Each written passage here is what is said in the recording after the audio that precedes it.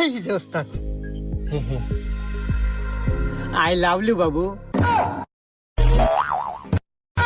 আরে ওস্তাদ, I love you না তো, I love you, I love you. এত শিখাইলাম রে আল্লাহ, ইংলিশ বলে খুব পারে। বোঝে না।